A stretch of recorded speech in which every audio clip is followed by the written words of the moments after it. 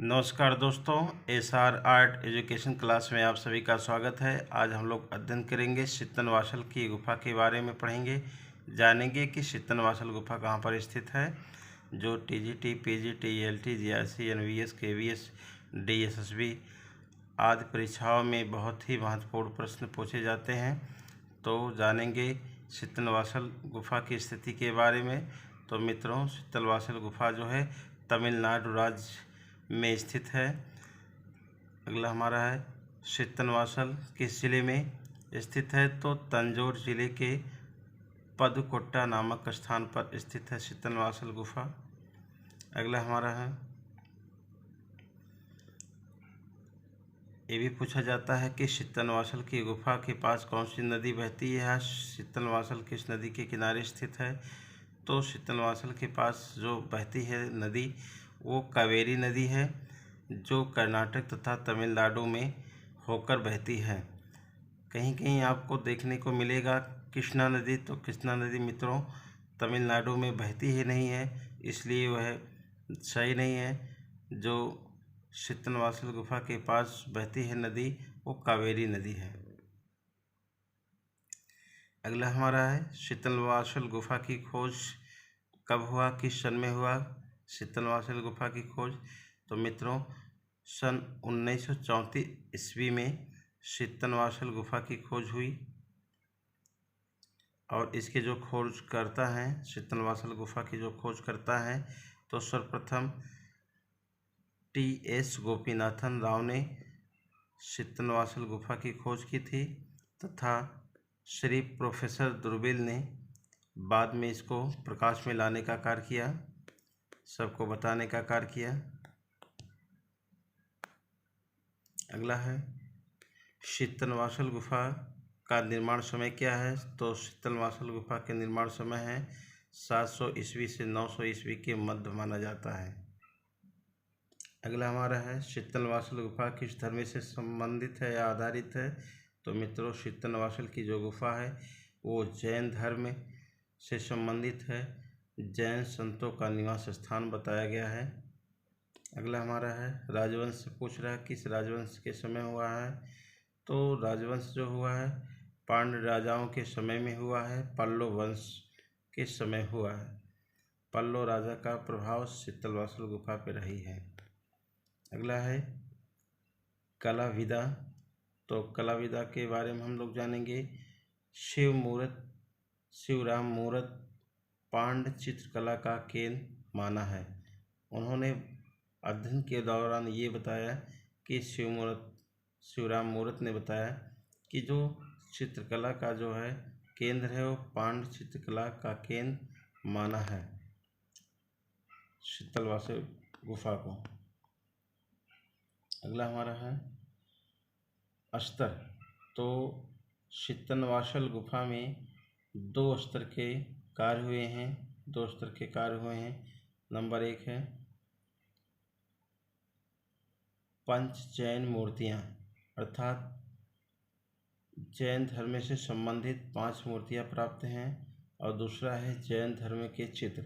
जैन धर्म से संबंधित अनेकों चित्र प्राप्त हुए हैं जो बहुत ही महत्वपूर्ण है। अगला हमारा प्रश्न है, प्रश्न आरंभ होता है शीतनवासल किस धर्म से संबंधित है। तो मित्रों शीतनवासल की जो गुफा है वो जैन धर्म से संबंधित है। अगला हमारा है प्रश्न शीतनवासल किस लिए प्रसिद्ध है। तो मित्रों शीतनवासल जो प्रसिद्ध है अर्धनारीश्वर के लिए प्रसिद्ध है। मित्रों प्रश्नों की श्रृंखला में हमारा अगला प्रश्न है जो बहुत ही महत्वपूर्ण प्रश्न है, पल्लव राजवंश के अंतर्गत किस गुफा का निर्माण हुआ है। तो प्रश्न पूछा जा रहा है पल्लव राजवंश के अंतर्गत किस गुफा का निर्माण हुआ था, तो शीतनवासल गुफा का निर्माण हुआ था पल्लव राजवंश के समय में। हमारा अगला प्रश्न है जैन धर्म का सबसे प्राचीन नमूना किस गुफा से प्राप्त है, किस गुफा से प्राप्त है। तो जैन धर्म का सबसे प्राचीन नमूना जो प्राप्त होता है मित्रों तो शीतनवासल गुफा से प्राप्त होता है। इन्हीं क्रम में हमारा अगला प्रश्न है, जैन धर्म का सबसे प्राचीन नमूना कौन सा है? तो मित्रों, जैन धर्म का सबसे प्राचीन जो नमूना था वो पंच जैन मूर्तियां हैं। अगला हमारा प्रश्न है महत्वपूर्ण, अर्धनारीश्वर का चित्र कहाँ अंकित है? तो मित्रों, अर्धनारीश्वर का जो चित्र है अंकित है वो शीतनवासल की गुफा में चित्रित है। अगला हमारा प्रश्न है, शीतनवासल गुफा की शैली किसके समान है? तो शीतनवासल की गुफा की जो शैली है वो अजंता के समान है।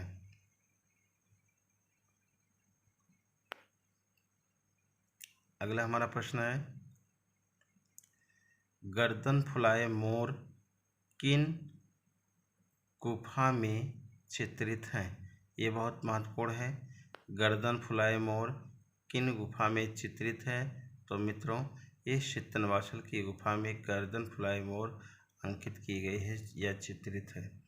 इसी क्रम में हमारा अगला प्रश्न है, शीतनवासल में 2.25 चश्म चेहरे के अंकन पर किस समय का प्रभाव दिखाई देता है?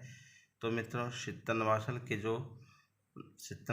की गुफा में जो 2.25 चश्मे के चेहरे बनाए गए हैं, अंकित किए गए हैं, वो पल्लव कालीन या पल्लव राजवंश के प्रभाव दिखाई देते हैं।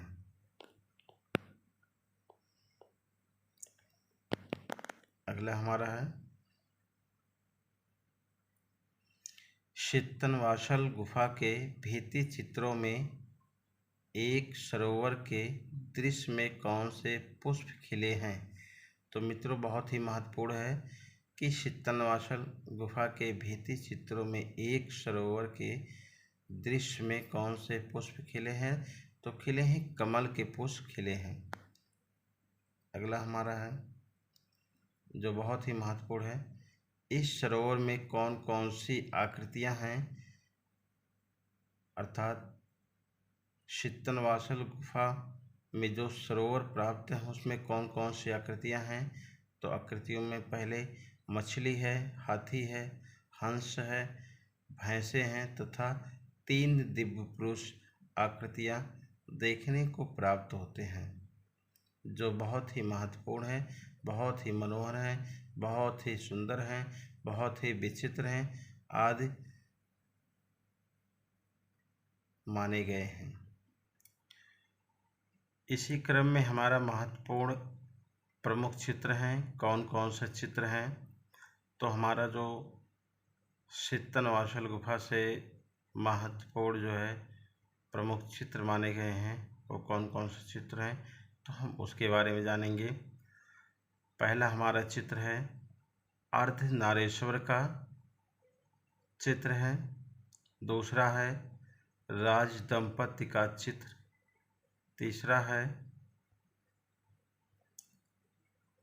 नृत्यरत मुद्रा में अप्सराओं के चित्र प्राप्त हैं। अगला हमारा है मित्रों जैन तीर्थकारों का चित्र। जैन तीर्थकारों का चित्र प्राप्त है। अगला हमारा है पांचवा 3 दिव्य पुरुष की आकृतियां। तो ये बहुत ही महत्वपूर्ण है, पांचों प्रमुख चित्र हैं। अब कुछ चित्र आपको हम दिखाएंगे, ये चित्रों के नाम हो गए। तो मित्रों, हमारा जो पहला चित्र है वो शीतनवासल गुफा से प्राप्त है चित्र, कमल वन का है, जो बहुत ही मनोरम, बहुत ही सुंदर देखने को प्राप्त है, जिसमें ढेर सारे कमल दिखाई दे रहे हैं और पशु आकृतियां, मछली की आकृतियां, हाथी की आकृतियां।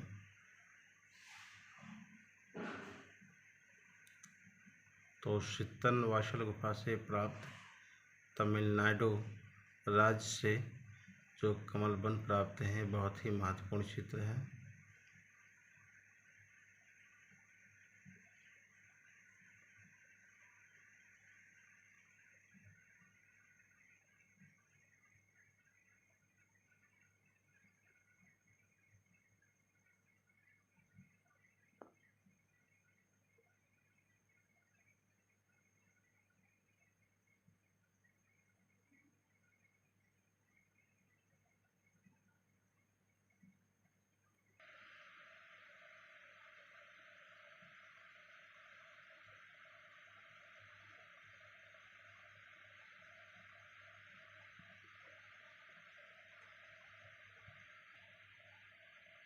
हमारा अगला चित्र है अप्सरा का, जो शीतलवासल से प्राप्त है।